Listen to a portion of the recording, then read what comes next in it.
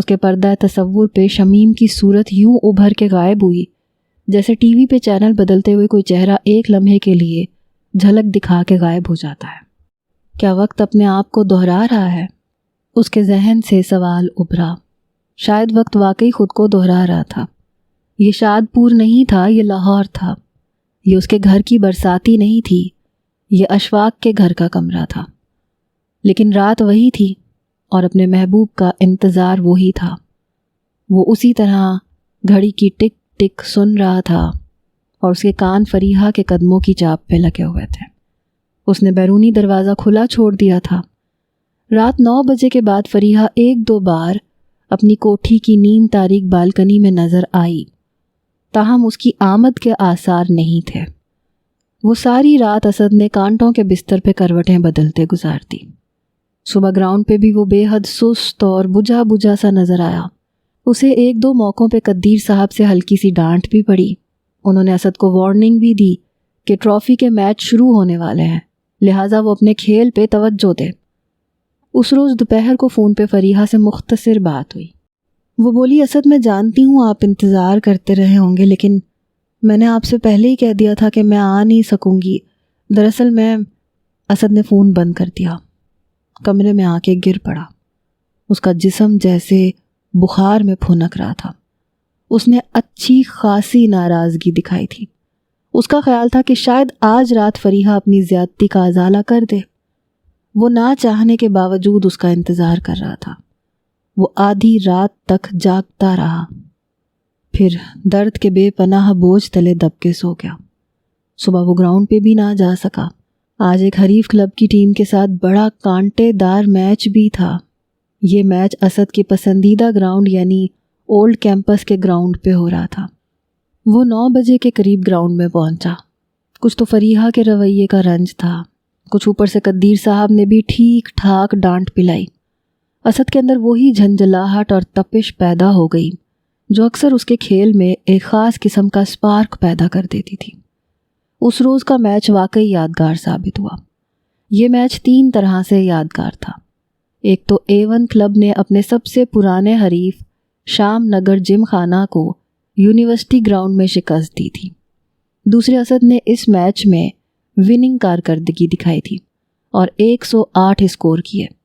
تیسرے اور سب سے بڑی بات یہ تھی کہ آج اسد نے وہ نفسیاتی بیریئر توڑ دیا تھا جس نے اسد کو ایک عرصے سے پریشان کر رکھا تھا۔ اس نے سجاد سے زیادہ اسکور کیا تھا اور یہ کامیابی اسے اپنی باقی ساری کامیابیوں سے زیادہ اہم لگی تھی۔ ایک بار پھر اس کے کلب کی کامیابی کی خبر اخبار میں چھپی اور اسد کی تصویر بھی آئی۔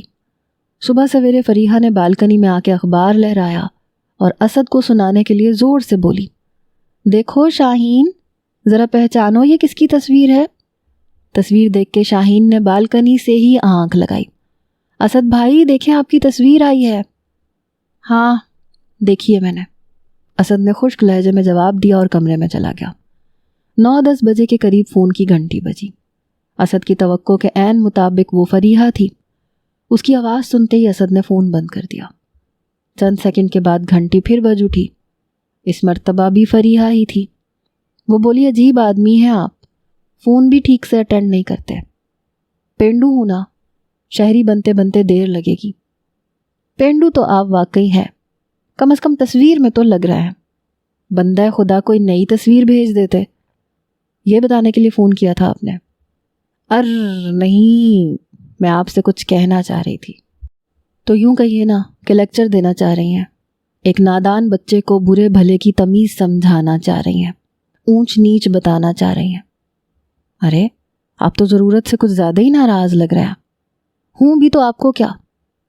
مجھے سب کچھ ہے جی، بتائیے آپ کو کیسے منایا جائے۔ وہ کیا ایک مشہور سا گانا ہے نیرہ نور کا، روٹھے روٹھے سیاں کو مناؤں کیسے؟ بہتر ہے کہ آپ وقت ضائع نہ کریں۔ اچھا آپ چاہتے کیا ہیں؟ وہ روحانسی سی ہو کے بولی۔ میں چاہتا ہوں کہ آپ اس پینڈو کو معاف کر دیں۔